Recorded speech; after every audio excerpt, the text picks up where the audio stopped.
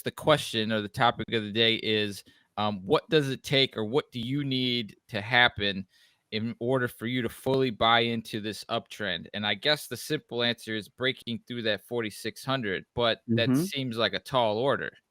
Yeah, and not only that, so that's particular to this uptrend, but in general, I think that there's a couple of terms that our folks should like embrace, and one of them would be maturity, right? So maturity in any medium to long term trend or channel is a lot of times what us technicians call it. There's a channel.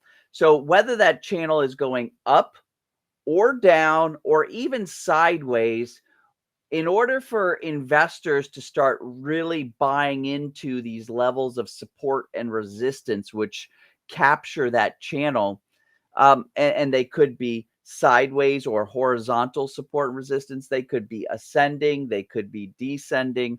You need to have a minimum of 2 tests of each. The more tests that you notice, the more thicker those levels of support and resistance are, meaning more and more people buy into them, right?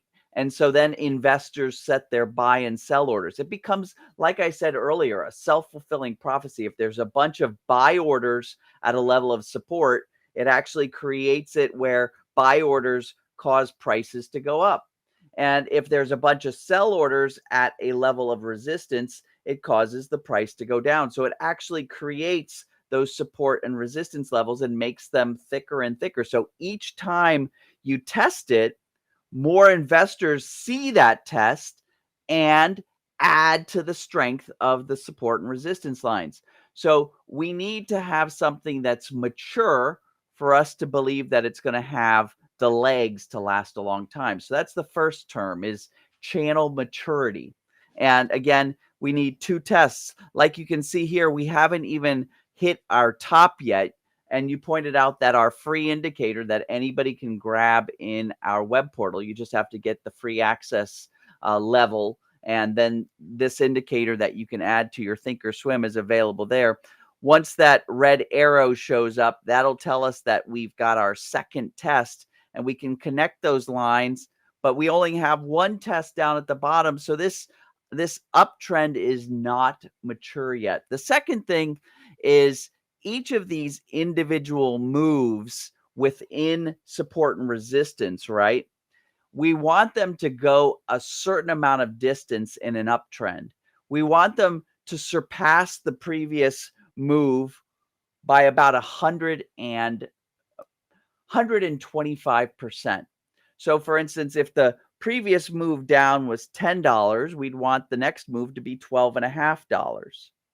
And every time we go in the direction of that uptrend, we want to go at least 125%. You'll notice if I show you my, I pull up my measuring tape. Let me go ahead and show you guys what I'm talking about.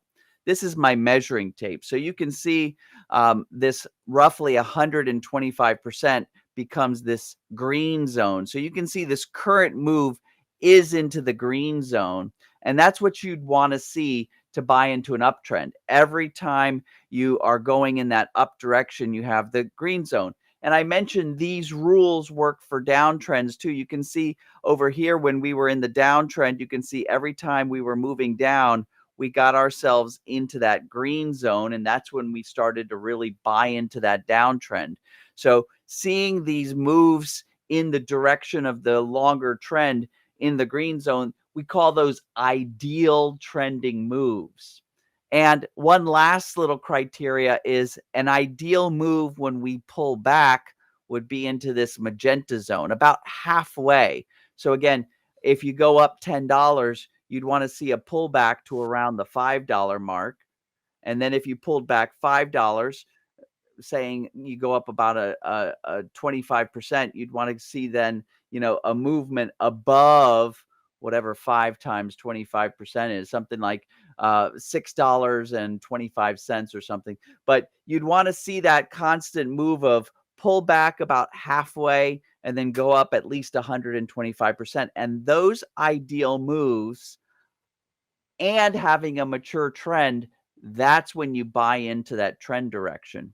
If it's a sideways trend, you'd want to see each one being about the same distance. So $5, $5, $5, $5, $5.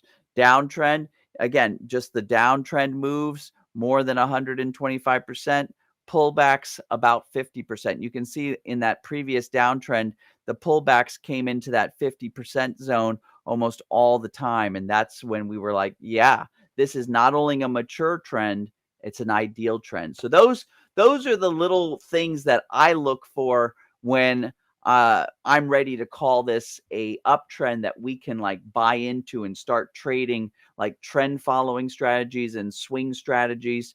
You got to see this trend really have some legs for continuing in the long term.